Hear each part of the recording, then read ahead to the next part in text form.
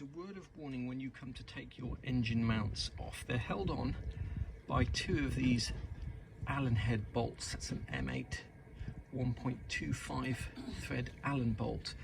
And what we found was one of those did not want to come off, and we tried everything. And what we did, that was a big mistake, was we tapped it with a hammer to try and loosen the rust.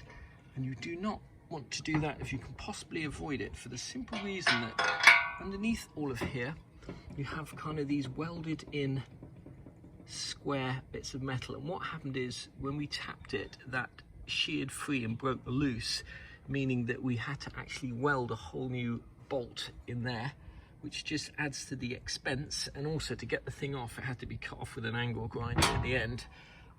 So don't tap it with a hammer. Use heat by all means, penetrating oil and everything else, but do not tap it with a hammer, because you may well find that you tap that and break it, in which case you'll be in for a whole load of pain. In this particular case, we actually had the subframe out of the car, so it's rather easier to weld, but you can imagine that if that was still in your car, how difficult that would be. A bit of weld in the hole when they were doing it, so we're just going to recut the thread with an M8 1.25 tap.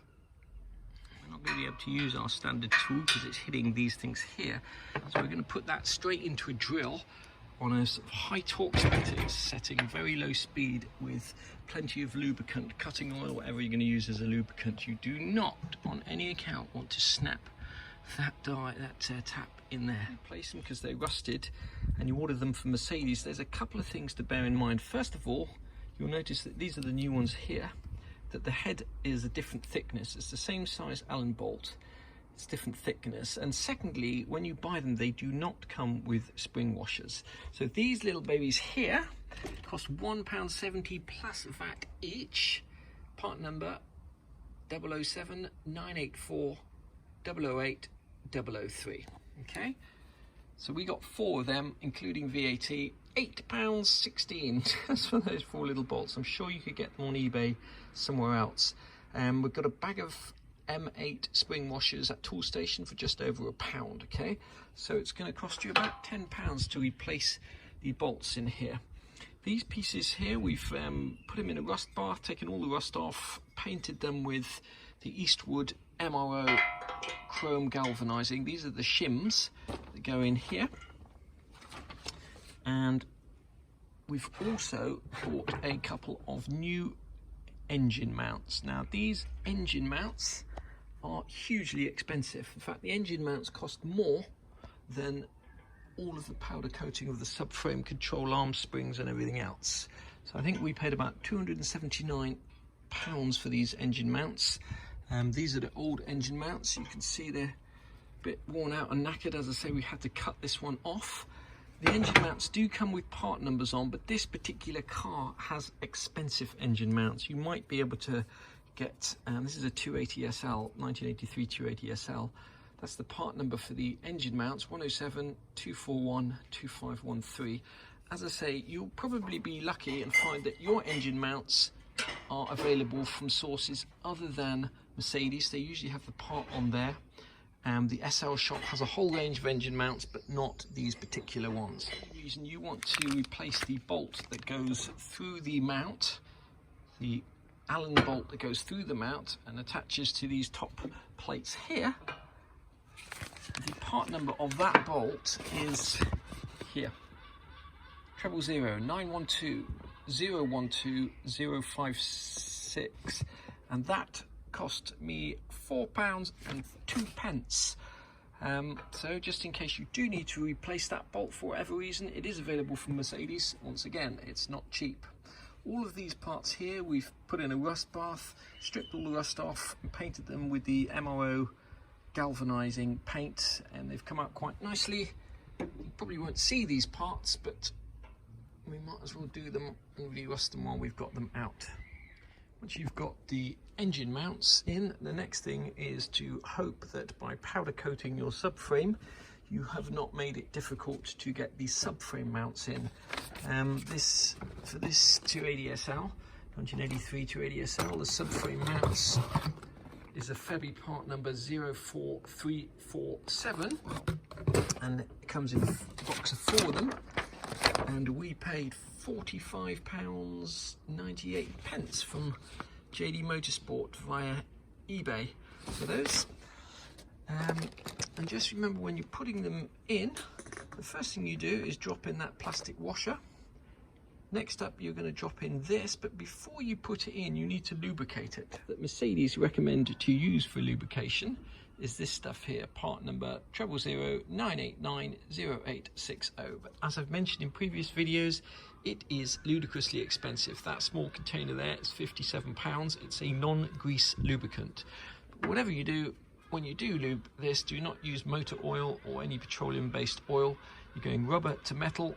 You don't want to start the oil reacting with the rubber. So we're just going to paint a little bit of that lubricant around there and squeeze those bushes in. Don't need a lot of this stuff. Just going to put a bit of the lubricant on both sides. Let's use a small paintbrush, and with any luck, these will just squeeze straight in. My goodness me, does it work? So we just need to squeeze that all the way in like that. You don't need to use this lubricant here. You could use a silicone-based lubricant. Anything non-petroleum based would be absolutely fine. You have to remember when you put those on is the order. White plastic thing in first, mount on top, the spring washer on the bolt, then the big washer, and then the rubber thing, and then I'll just screw into there, into the top bracket here. So these bushings with that lube go straight in. No need for any clamps or anything like that. Nice easy job. That looks a little bit better than the old bushing, which you can see is completely knackered. Once you've put on the subframe mounts, the engine mounts, the only other thing we're going to put on the subframe before we connect it back to the car are the upper control arms here. Now, if you're very lucky, your upper control arms will just slot straight in there.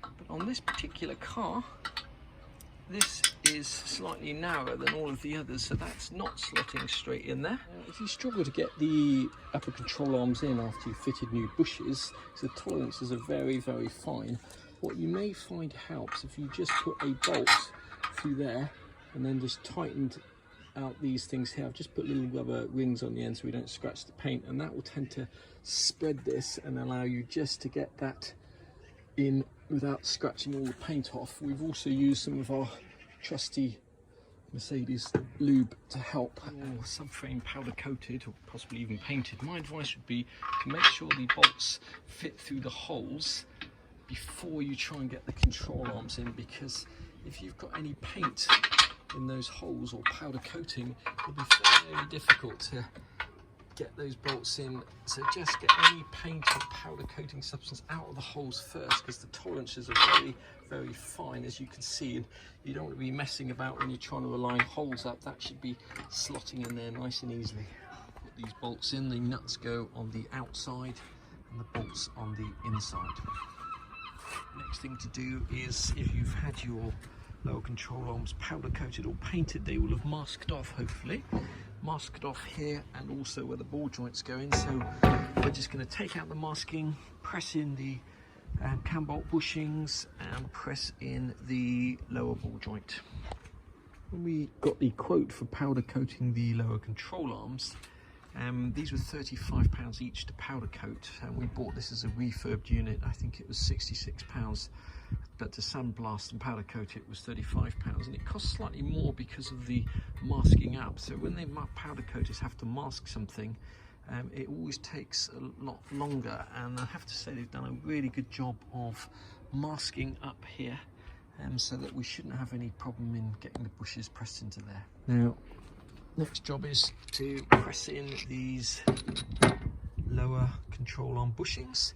They come as part of the kit. You usually buy the whole kit together. Febby part number 01692. You'll need 2 of those. And what we're going to do is we're going to coat this with the super expensive Mercedes non-grease lubricant, and then we're going to press them into here using this cheap and cheerful ball joint kit that we got off eBay, for which I think we paid £28. Ways you can use the ball joint press to get these bushings in. The way I do it is I put both bushings in to start off with, and then I squeeze them both in together. Basically, I'm not using any of the cups. I'm just going to tighten that down like that, and that will squeeze both bushings in together. Arrangement, both those bushings are squeezed in perfectly. Went in without any problems.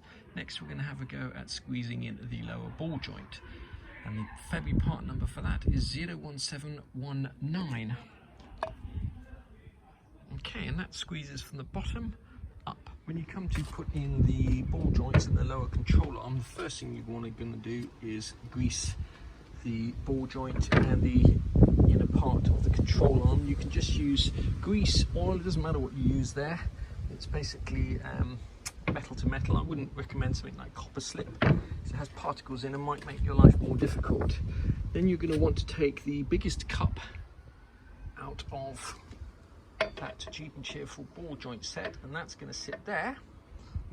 And on the other side, you're going to be pressing the ball joint in with this, which is the biggest press in that cheap and cheerful ball joint press kit. You've got the big cup on top, you've got the press underneath, and you're going to be pressing this, and you're going to need, I would imagine, a breaker bar on the bottom there, obviously with a 24mm socket. Let's see how that goes. What's required to press that in is quite high, so I would make sure that you've got plenty of oil and lubricant on the threads of your G-clamp, or whatever that's called. There's a lot of force that's required to get that in, but that's going in nicely now. You're definitely going to need a breaker bar to get that lower ball joint in. You may find that having pressed in these bushings, that they actually come out a little bit. For example, that's moved out by 1 millimeter, and the same on the bottom there. And if that is the case, you will find it incredibly difficult to get this lower control arm in, especially if you're using the method where you basically pump the control arm up with the spring in situ using a jack. So what we're going to do is we're just going to borrow a couple of the bolts from the subframe fitting, and just to squeeze that in, and then hopefully that will allow us to get that lower control arm fitted. The bolt and the fitting from there and put it in here, and then when we tighten that up, that will squeeze the bushings in, but it will give us enough room still to get these into the slots here. So you should see that gap slowly disappearing as I tighten this up. And once those gaps have disappeared, these will slot into the subframe and just enough to get the metal bits past without scratching all the paint off. Once you've got the metal part of that bush on the inside of here, you should be able to get a socket around and take that bolt out, and then just push this down further to stop those bushes springing out. So once you've got these bushes started like that, it could be a matter of just bashing them in with a hammer. Obviously cover up the paintwork and the rubber when you're doing that, you don't want to damage anything. But if you were trying to use the method of pumping up this lower control arm with a floor jack and aligning these two holes up with this kind of scenario, you would never ever do it. You would have to bend these out in some way and probably end up damaging the subframe. So obviously if these control arms didn't come from this car, so they may be just slightly different dimensions, which is why the fit may be so tight. I don't know why they're wanting to come out of there, but as I say, the tolerances are really, really, really tight. And if you've got a super compressed spring in there and you're trying to line these things up and it's not sliding in, yeah, good luck. That's all I can say. We're going to do it this slightly different method. You've got plenty of lubrication. As I say, if you've powder coated this, you don't want to get the oil on the rubber bits, just on the metal facing. If you powder coated this, the tolerances will be quite fine. You should be able to put something like a screwdriver or an Allen key in and keep on pushing this down.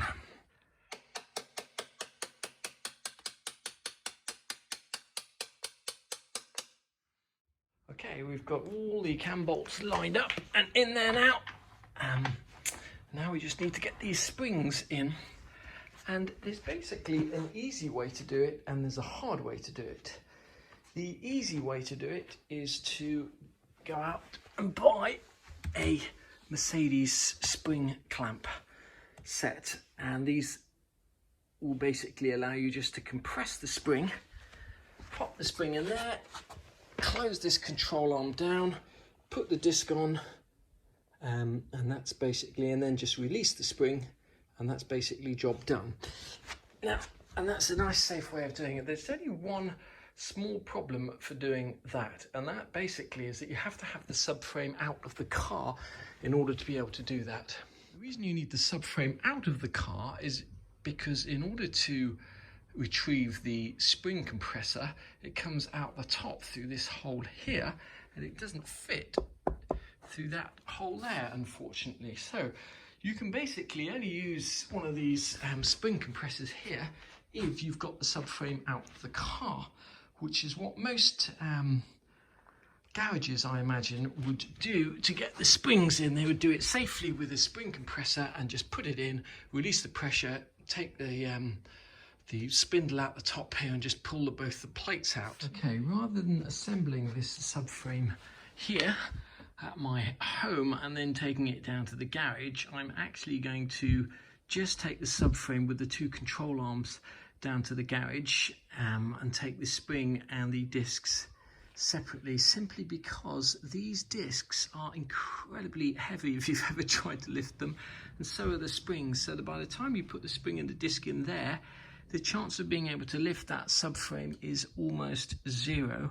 So what we're going to do is we're going to take this down to the garage and we're going to line up the bolt holes, the engine mounts and also the subframe first, figure out some method of jacking that up to attach it back to the car with the springs in situ. But I'm not going to do that in this video. I think I will save that for the next video, which will be all about how to compress the springs, put them in and attach the subframe back to the car.